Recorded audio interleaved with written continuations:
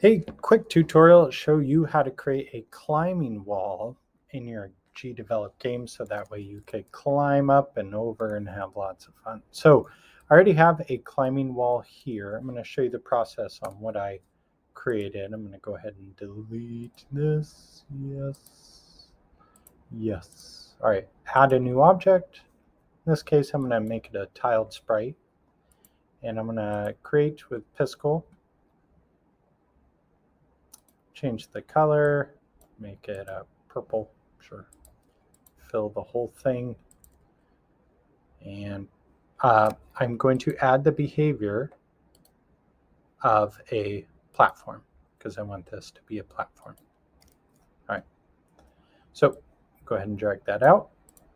And I'm going to make a nice tall wall that the player could climb. All right, let's go to the events. And we're going to add an event group. And we're going to call this wall jump. Right? Make sure this is selected and we can add a sub event to this. So if the player is in collision with the wall, in this case I didn't name it, I should have named it, and the player is, what did I set here? Player is, and the player is jumping,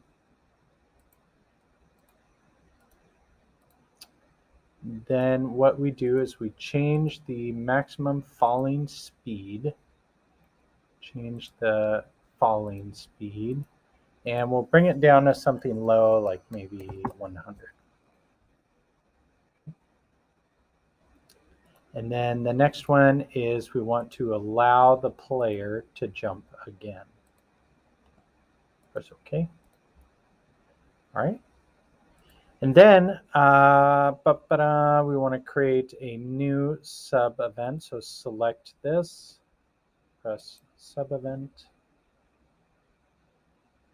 And now we add, actually what we could do is we could right click, copy, we could paste that, we could right click this and do invert condition.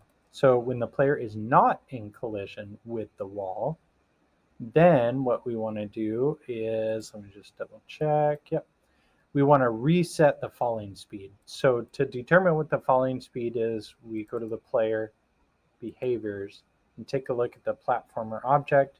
We could see the max falling speed here is set to 700. So we can go back here and we could say change the current falling speed to 700. Press OK. And let's go ahead and preview. So we could jump like normal, move around, then we come to the wall, and we should be able to jump again to get to the top and fall down. And now if you're touching the wall and you go off, you can jump again, which could be a neat feature. So that's how you create a really simple wall jump in GDevelop.